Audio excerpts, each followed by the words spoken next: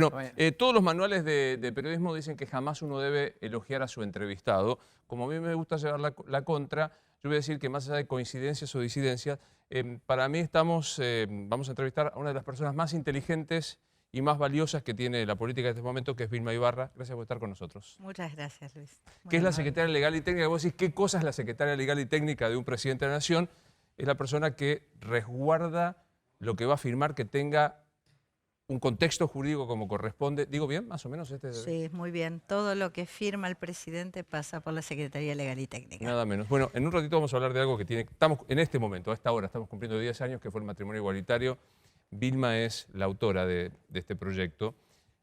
Pensá en este momento de tanta discusión, ¿sentís que el debate si es un gobierno de Alberto, si hay una tensión con Cristina? ¿Cómo vivís eso estando en las espaldas jurídicas de Alberto?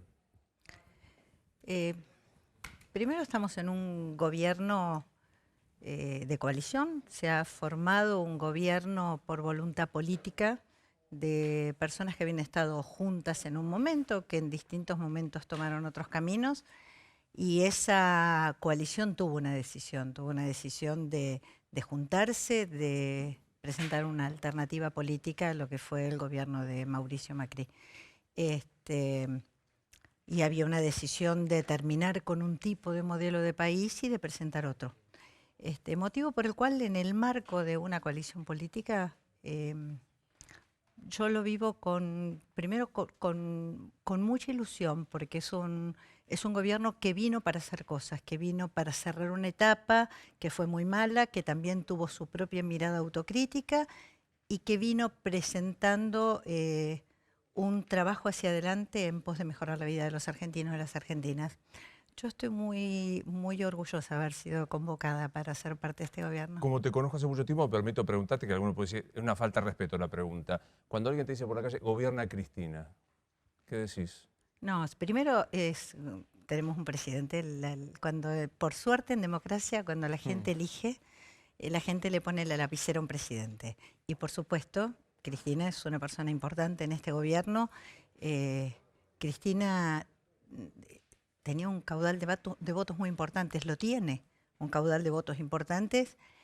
Y ella, esta famosa frase que decía Alberto, sin Cristina no se puede y con Cristina sola no alcanza. Y esta coalición que lograron hacer y que lograron hacerla en común y que decidieron construirla en común, decidió nominar a Alberto Fernández como presidente. Es nuestro presidente de los argentinos y de las argentinas y por suerte con un muy buen diálogo con una vicepresidenta que es muy importante en la coalición, ¿no? Es una gran representante de un sector importante de la coalición. Cuando apareció el proyecto Techín, muchos dijeron Vilma Ibarra no había intervenido, vino a sanearlo jurídicamente para que no hubiese ningún tipo de El discusión. proyecto ¿Qué dije? Techint. Mirá No sé, qué lindo yo escuché lapsus, qué eso. lindo lapsus tengo, ¿eh? Qué lindo lapsus tengo. Ahí va, ahí va. El proyecto Vicentín, Ajá. digo, de paso, hagamos, no es una política de Estado de esta gestión la expropiación de empresas, lo dijo el presidente. No, creo que además no es una política de Estado en general. Nosotros vivimos en una sociedad regida por una constitución y sus leyes, y dentro de sus leyes y dentro de su constitución está, por supuesto, la propiedad privada, es otro montón de derechos, el derecho a la vivienda digna, el derecho al trabajo, el derecho a la salud, el derecho a la educación. Tenemos muchos derechos y tenemos que atender a todos. Y el, en su momento el tema de Vicentín se presentó con un grupo empresario, un grupo de empresas con enormes dificultades económicas, con una sospecha muy alta de vaciamiento de empresas, que está siendo investigado. Yo no estoy llamada a decir sobre eso, pero con eh, créditos muy altos tomados del Estado Nacional, que el Estado Nacional es la plata de todos los argentinos y las argentinas. Nosotros tenemos que cuidar la plata de los argentinos y las argentinas que pagan con sus impuestos y que trabajan todos los días para aportar los fondos públicos. Mm. El dinero que se le prestó a ese grupo empresario es dinero de todos los argentinos y las argentinas. Y ante una situación de posible pérdida de trabajo para muchos trabajadores y trabajadoras, un grupo empresario en una situación de sospecha de vaciamiento con un alto poder en materia de agroexportación. Bueno, se entendió que había que tratar de que pudiera seguir trabajando, que pudiéramos mantener las fuentes de trabajo. Y me parece que se hizo algo cauteloso, probablemente no se armó completamente, no se pudo comunicar como correspondía. Uno tiene que saber que a veces estas medidas no son fáciles de presentar, pero sin duda se tomó una medida cuidadosa. Eran 60 días de una intervención para llevar un proyecto de ley Te expropió. al Congreso de la Claro. Nación en el marco de leyes que existen previamente a Sí, nosotros. y que ¿no? Digo, y eran los representantes y las representantes del pueblo los que iban a la decidir utilidad y a pública, debatir. la ley previa y la indemnización están previstas De la desde el todo 53. estaba previsto, o sea que era para el Congreso. Sí. Como una mujer que vela por la cuestión jurídica, ¿qué te pasa cuando alguien dice el gobierno exageró con la cuarentena y cercenó derechos y libertades inalienables? A ver, a esa parte la voy a defender con énfasis porque además yo soy parte del apoyo jurídico del gobierno para la redacción de las normas. Em, hemos sido muy cuidadosos, hemos sido muy cuidadosos. Yo recuerdo el principio de esta pandemia tan terrible, ¿no? Que además asola al mundo. Y, y había sectores importantes, ¿eh? Importantes y algunos sectores políticos importantes que estaban reclamando el estado de sitio. El presidente fue muy cuidadoso. El presidente tomó una decisión que además hoy, la mirada con el diario del lunes, tiene un valor mayor, porque había alternativas. Había alternativas que eran cuarentenas flojas, apostar a sostener la economía, y después se vio que esos resultados, que era sostener la economía y dejar que creciera un poco el brote de la epidemia, terminó siendo muy malo para la salud y la vida de la gente y muy malo también para la economía. Nosotros acá tuvimos de parte del presidente una decisión muy fuerte, que fue primero cuidar la vida de los argentinos y las argentinas y la salud de los argentinos y las argentinas. Proteger eso. Con todos los cuidados de las normas y de la Constitución. Nosotros dijimos desde la primera norma, desde aquella emergencia en el decreto 260 y después del primer decreto 297, que cualquier medida podía ser revisada por un juez. Nosotros no pusimos ni estado de sitio, cualquier medida que se adoptara en la fuerza de seguridad se ponía a decisión de un juez. Siempre tuvimos la tutela de la justicia, por suerte, que es lo que nos cuida a las argentinas y los argentinos. Saber que tenemos jueces que pueden resolver ante cualquier medida extralimitada de las fuerzas de seguridad o de una autoridad pública. Y creo que fueron además medidas de mucho cuidado para los argentinos y las argentinas. Hoy tenemos números en materia de pérdidas de vida que son dolorosísimas. Sí, muy inferiores, altamente inferiores. Altamente inferiores. Mencionaste la justicia. ¿Sos de los que creen que hay Comodoro Pro? Yo soy de la que creo que la gente, los ciudadanos y las ciudadanas no están contentos con la justicia que tienen.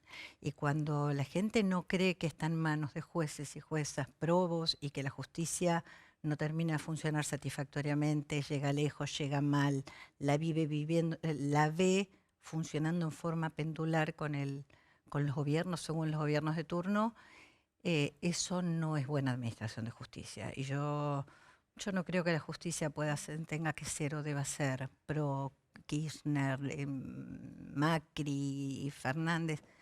Deberíamos tener jueces y juezas razonablemente atados a la ley, con distintas ideologías, pero respetuosos de las normas y con instituciones además capaces de controlar, con una ciudadanía atenta a que esto funcione bien.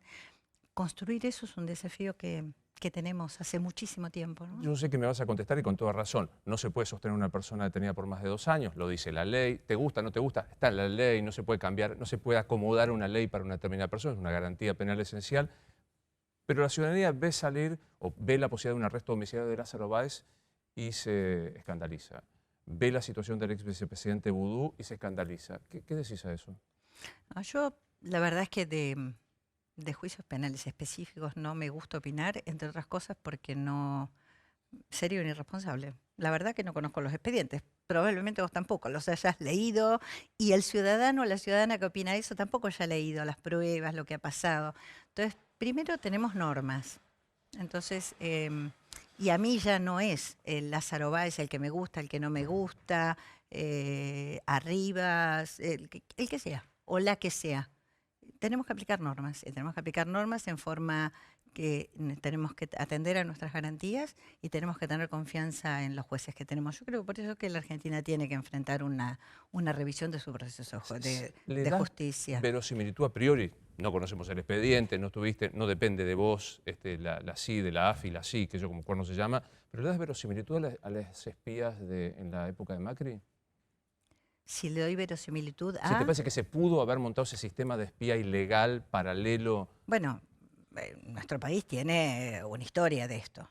Esta obscenidad a veces en el funcionamiento entre la inteligencia, la justicia, la represión de determinadas fuerzas de seguridad es una historia muy negra de la Argentina. Esos sótanos de la democracia, o nosotros logramos convertirlos en algo transparente y en algo que la gente no le tema, o ha funcionado, pero esto sin ninguna duda. Digo, nosotros basta mirar lo que pasó con Causa AMIA para decir qué pasa con esos sótanos de la democracia. No, sin dudas que el manejo de la obsceno de la inteligencia en la Argentina es una de las historias más negras de la Argentina. Y eso es una de las deudas más importantes de la democracia.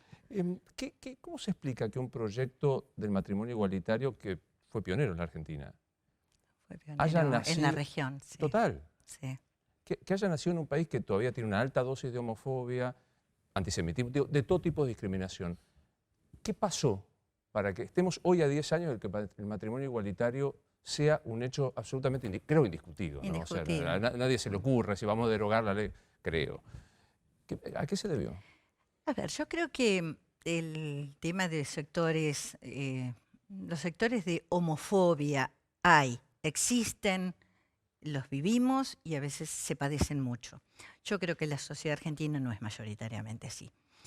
Creo que también hay sectores conservadores que tienen más resistencia a los cambios sociales, pero creo que mayoritariamente la Argentina tiene una población primero muy atenta a los derechos. Nosotros hemos vivido momentos muy dolorosos en la Argentina, las dictaduras muy duras de mucho dolor, y valoramos mucho no solo la libertad, sino además los derechos, el ejercicio de los derechos. Y creo que dimos además una batalla muy, muy hermosa por esa ley. Yo siempre me gusta decir que esa ley es linda, es hermosa, no le hace daño a nadie. Esa ley solo reconoció derechos, no otorgó derechos, reconoció derechos que le habían sido negados a gente durante mucho tiempo. ¿Por qué? Y porque se consideraba que una determinada orientación sexual podía tener derechos y otra orientación sexual no podía tener derechos. Pensado así, es una discriminación enorme. Y creo que pudimos decirlo y lo pudimos decir bien. Creo que nos quedamos con las palabras más lindas, nos quedamos con la palabra respeto, dignidad, libertad, diversidad, democratización, ampliación de derechos, y que pudimos mostrarlo y las organizaciones sociales tuvieron esa generosidad de ir a los medios, contar en las radios, el dolor que provoca vivir la discriminación, el miedo de decir quién uno es. ¿Por qué uno va a tener miedo de decir quién es, que vive la felicidad de amar a quien uno quiere amar? También, no sé, creo que son esas batallas muy lindas y que logramos hacerlo junto con la gente. Y aparte hay cosas muy interesantes. En lo personal, yo decía, no tiene sentido reclamar una institución pasada de moda, una cuestión ideológica. Y alguien de los militantes me dijo, mira, para negarte a una cosa primero tenés que tener derecho. Así que me parece un anacronismo. O sea, negarte al matrimonio homosexual es ridículo porque no tenemos derecho. Así que primero conquistémoslo, claro, y después en todo caso, decir, no me quiero casar como corresponde. Sí. Ahí hubo algo muy, muy, muy valioso, que es que logramos construir un consenso político transversal muy interesante. Y esto también habla de que cuando la dirigencia política contacta con la sociedad, contacta con las demandas sociales y se pone de acuerdo para ampliar derechos, para lograr conquistas valiosas para la sociedad, podemos hacerlo. Yo creo que este desafío como dirigentes políticos es muy importante. ¿Está listo el proyecto de legalización del aborto? Está listo el proyecto de legalización del aborto. ¿Se parece mucho, poco al que se debatió y que tuvo media sanción en diputados? Primero yo lo que diría es que en tema de aborto está todo bastante inventado, está todo bastante debatido. Nosotros en ese sentido, lo ha expresado el presidente mucho mejor que yo, queremos evitar muertes de mujeres evitables. Hoy estamos en el peor de los mundos. Los abortos suceden de a cientos de miles y las mujeres además mueren en abortos clandestinos, amenazadas de ir a la cárcel. Y nosotros lo que queremos cambiar es este estado de cosas. Nosotros queremos que sucedan la menor cantidad de abortos, por eso creemos mucho en la ESI, creemos mucho en la educación sexual integral y además queremos evitar las muertes evitables de mujeres, Claro. que hoy por la clandestinidad se mueren por una ley que las amenaza a ir a la cárcel. Dame un instante porque quiero hablar de otros temas más.